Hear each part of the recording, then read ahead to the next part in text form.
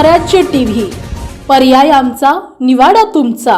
बुलढाणा जिल्ह्यात सुरू असलेल्या LPG गॅसच्या काळाबाजार करणाऱ्यांवर अन्न व नागरी पुरवठा विभागाच्या मुंबई येथील दक्षता टीमने मोठी कारवाई केली आहे। मुंबई नागपूर राष्ट्रीय महामार्ग क्रमांक 53 वर खामगाव तालुक्यात सुदर्शन ढाब्याजवळ इंडेन गॅस कंपनीतून भरून आलेला टँकर अवैधरित्या रिकामा केला जात असताना रंगेहात पकडण्यात आला आहे। तब्बल 500 किलोमीटर अंतरावरून येऊन बुलढाणा नागरी पुरवठा विभागाच्या नाकावर टिच्चून मुंबईच्या टीमने ही मोठी कारवाई केल्याने एकच खळबळ माजली आहे। 2 भले मोठे गॅस टँकर, 11 गॅस सिलेंडर आणि गॅस ट्रान्सफर करण्यासाठी लागणारे साहित्य असा तब्बल 87 लाखांचा मुद्देमाल जप्त करण्यात आला आहे। झालेल्या या कारवाईमुळे बुलढाणा पुरवठा विभागाच्या कार्यशैलीवर प्रश्नचिन्ह उपस्थित केले जात आहेत। अन्न व नागरी पुरवठा विभागाच्या राज्यस्तरीय दक्षता पथकाचे प्रमुख श्री चंद्रकांतजी डांगे साहेब यांना खात्रीलायक खबर मिळाली होती। त्या अनुषंगाने आमचं पथक खामगाव शिवारामध्ये इथे दाखल झालं।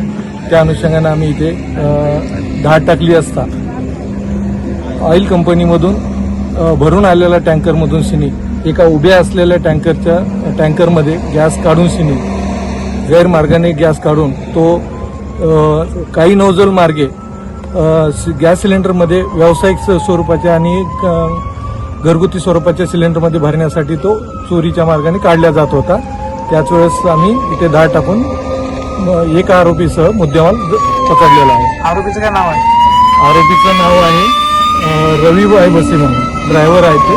मुद्देमाल किती आहे? मुद्देमाल एकूण अंदाजे 87 लाखापर्यंत मुद्देमाल जप्त केलेला आहे। इथे अन्न नागरी पुरवठा विभागाच्या राज्य दक्षता पथकाने रेड केली आहे। तर त्यांना टँकरमधून डेड टँकरमध्ये गॅस अवैधरित्या ट्रान्सफर करताना आणि तो गॅस सिलेंडरमध्ये भरताना आढळून आले आहे।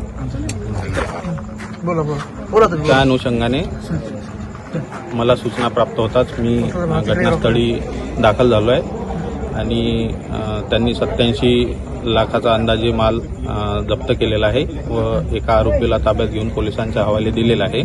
पुढील कारवाई ग्रामीण पोलीस आणि जिल्हा पुरवठा अधिकारी कार्यालय करीत आहे। किती दिवसापासून संपूर्ण रॅकेट इथे चालू होतं? तुम्ही अधिकारी जिल्ह्याचे, तुमचं लक्ष नव्हतं याच्यावर? या संदर्भात तर म्हणजे मला माहिती नव्हती। माझ्याकडे सध्या नव्याने चार्ज दिलेला आहे, 2 महिने झाले साधारण। मी व्हिजिट करतो। माझ्याकडे सध्या अतिरिक्त प्रभार आहे, परंतु म्हणजे राज्य दक्षता पथकाने का होईना कारवाई झाली। यापुढे पुन्हा म्हणजे जे आमचं पथक नेमलेलं आहे ते आपण ऍक्टिव्ह करून पुन्हा नव्याने कारवाई करणार आहोत। अतिरिक्त प्रभाव तुम्हाला झेपवत नाहीये का, याचं तुम्ही जे म्हणता त्या पद्धतीनं? अतिरिक्त प्रभार झेपत नाही आहे का म्हणजे मला याचा अर्थ नाही कळला। तुम्ही म्हटलं तुमच्याकडे अतिरिक्त प्रभार आहे म्हणून तुमचं लक्ष दिलं गेलं नाही इतक्या मोठ्या गंभीर प्रकरणाकडे? नाही, माझ्याकडे साधारणतः 2 महिने झाले प्रभार आहे। अतिरिक्त प्रभार असल्यामुळे ADSO माझं पदनाम आहे, म्हणजे पद आहे, आणि DSOचा प्रभार असल्यामुळे म्हणजे व्यक्ती एकच झालाय, त्याच्यामुळे जिल्हा मोठा आहे। तर म्हणजे फरक पडतो थोडा कामामध्ये, पण दुर्लक्ष झालंय असं म्हणता येणार नाही। म्हणजे मला गुप्त माहिती मिळाली तर मी कारवाईला जातो। स्वतः व्हिजिट आतापर्यंत तुम्ही केलं नाही मग काही ठिकाणी?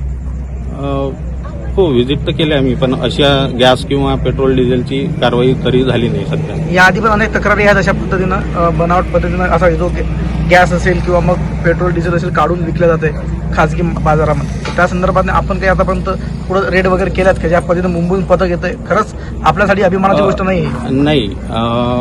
आपण गॅस आणि पेट्रोल डिझेलच्या संदर्भात कारवाई केलेली आहे, त्याच्या डिटेल्स मी तुम्हाला म्हणजे शेअर करू शकतो। म्हणजे आपण बराच मुद्देमाल जप्त केलेला आहे, गॅसमध्ये पण आणि पेट्रोल डिझेलमध्ये सुद्धा। अन्न नागरी पुरवठा विभागाच्या राज्य दक्षता पथकाचे प्रमुख श्री माननीय चंद्रकांतजी डांगे साहेब यांना मिळालेल्या प्राप्त खबरीनुसार खामगाव अकोला हायवेवर हॉटेल सुदर्शन शेजारी हा गॅस टँकरमधून चोरी होत असताना राज्य दक्षता पथकाच्या सर्व टीमने आमच्या पकडलेल्या आहे आणि याच्यामध्ये साधारणतः जो आहे मुद्देमाल तो 86 लाखाचा आसपासचा आहे आणि साधारणतः इथे एक आरोपी आम्ही पोलिसांच्या ताब्यात दिलेला आहे आणि पुढच्या प्रोसेससाठी खामगाव पोलीस आणि खामगाव जिल्हा बुलढाणा जिल्हा पुरवठा अधिकारी यांच्यासोबत आमची टीमची संयुक्त कारवाई सुरू आहे. काय करणार होते हे सगळे गॅस दुसऱ्याकडून? याच्यामधून एक गॅस कॅप्सूल मधून जे टँकर तुमच्या पाठीमागे दिसतोय त्या टँकर मधून छोट्या टँकर मध्ये ते टाकत होते आणि त्याच्यामधून सिलेंडरमध्ये भरून अवैधरित्या ते ब्लॅक मार्केटिंगमध्ये काळ्या बाजारामध्ये विकत होते. काही आरोपी पसार झाले का? हा, इथं साधारणतः काही आरोपी पसार झालेले आहेत. त्यांची माहिती आम्ही पोलिसांना देत आहे. काय काय मुद्देमाल ताब्यात घेतलाय आपण? साधारणतः याच्यामध्ये टँकर, काही सिलेंडर्स, 11 सिलेंडर आणि एक इथं शेजारी जो डेड टँकर आहे तो, ह्या सर्व इथं असणारा मुद्देमाल आम्ही ताब्यात घेतलेला आहे. बुलढाणा जिल्ह्यातील महत्त्वाच्या घटना आणि घडामोडी पाहण्यासाठी तुम्ही निर्भीड स्वराज्य या चॅनलला अद्यापही सबस्क्राईब केलं नसेल तर आत्ताच जाऊन सबस्क्राईब करा आणि बेल आयकॉन दाबायला विसरू नका आणि फेसबुक पेजला शेअर आणि लाईक करा. पाहत राहा निर्भीड स्वराज्य.